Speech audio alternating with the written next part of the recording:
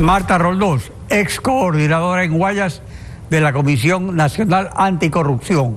Buen día, bienvenida a Contacto Directo. Muy buen día con todos. El decreto ejecutivo 828 de 25 de julio deroga el decreto ejecutivo 1734 de mayo 25 de 2009, que designaba al Consejo de Participación Ciudadana como autoridad central del Estado para los efectos de la Convención Interamericana contra la Corrupción, y en su lugar nombra en el artículo 1 a la Secretaría Anticorrupción del Ejecutivo.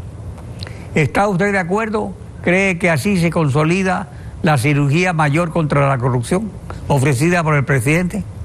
Mira, yo creo que obviamente el Consejo de Participación Ciudadana contra la Corrupción no hizo nada.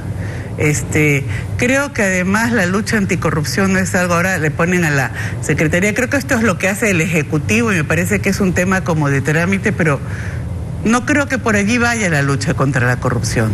La lucha contra la corrupción debe ir, y ya algo se ha avanzado justamente por la recuperación de los diferentes entes de fiscalización y control, que tengan una labor independiente del Ejecutivo, independiente de todo tipo de presiones políticas y que realicen su trabajo.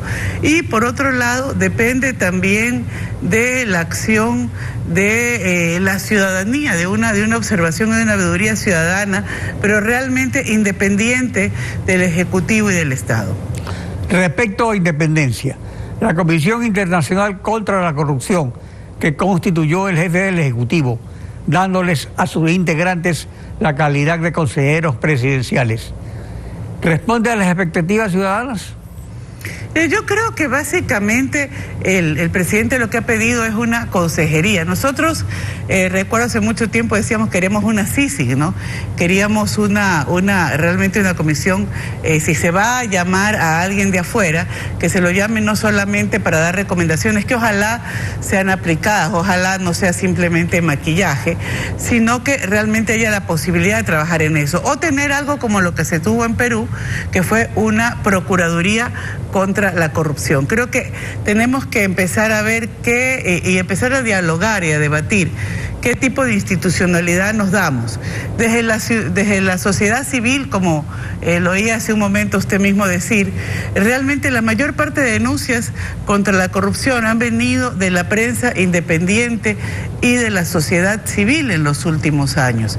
Y de hecho, incluso ha habido informes de Contraloría que no eran recogidos por Fiscalía. Fiscalía se está poniendo al día después de más de una década de tener un enorme retraso en luchar contra la corrupción, y se debería pensar que ese retraso es tan grande que deberíamos pensar en algo que permita que se gestione de manera más o menos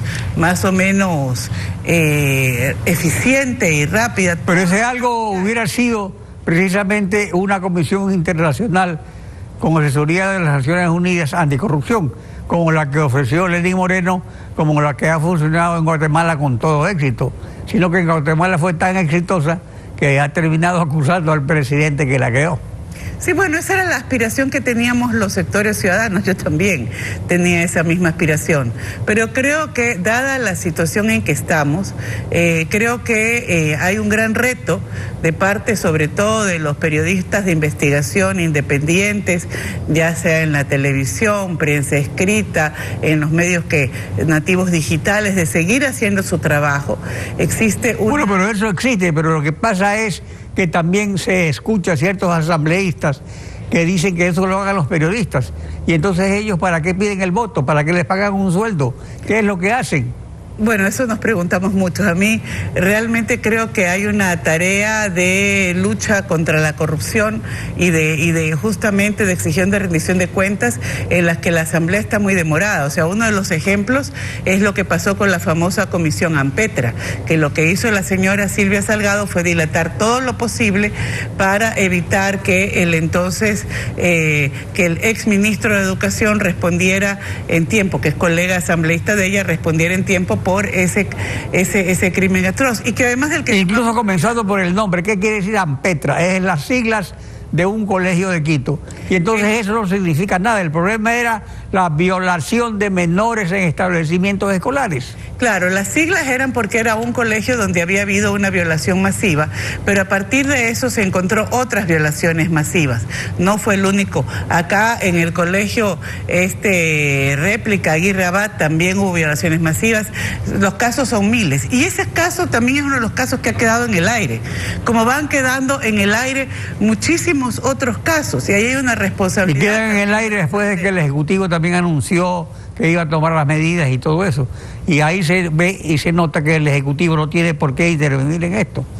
Bueno, además hay un problema grave también con el Ejecutivo, y esto es algo en lo que hemos trabajado, no trabajé como Comisión Anticorrupción, sino como Fundación Mil Hojas, con Fundamedio, sacamos un informe sobre el tema de acceso a la información.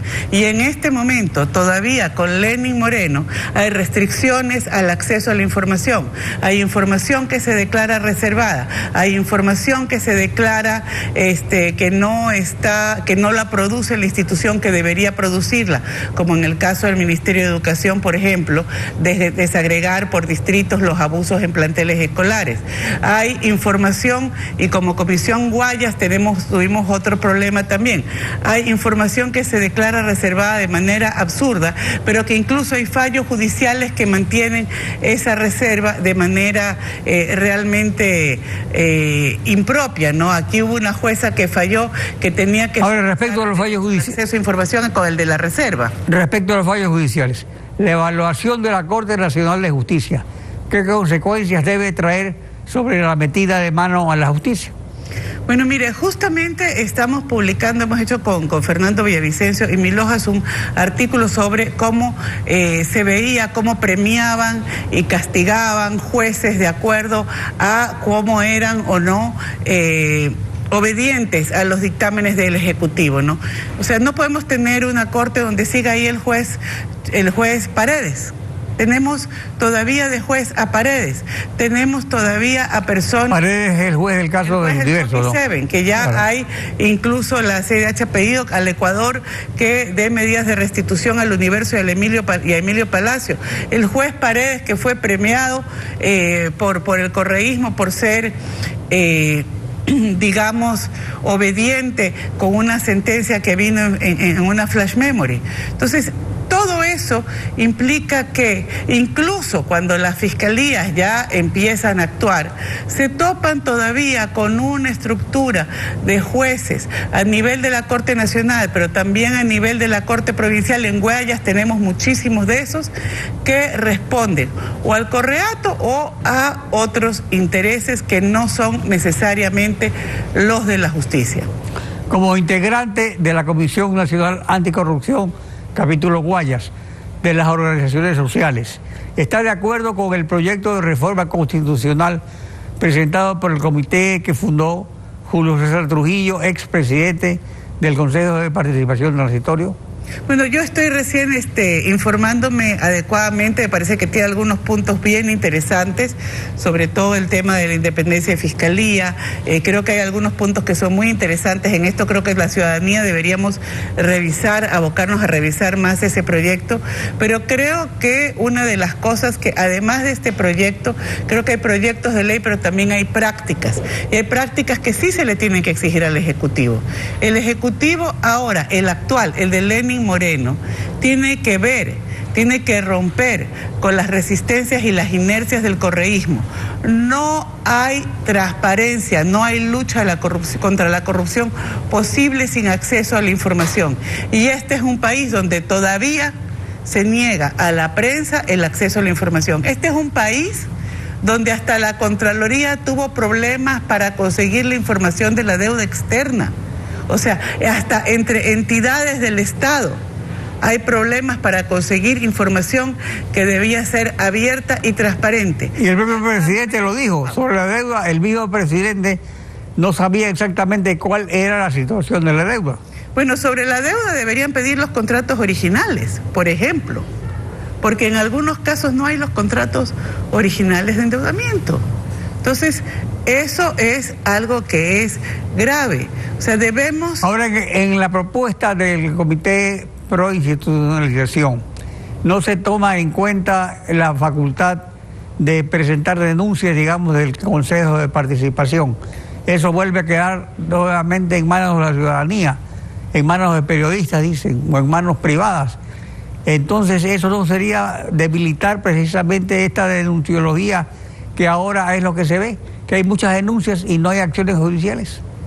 Pues yo creo que básicamente el problema es, el Consejo de Participación Ciudadana y Control Social tiene varios problemas que hay que estudiarlos bien, ¿no?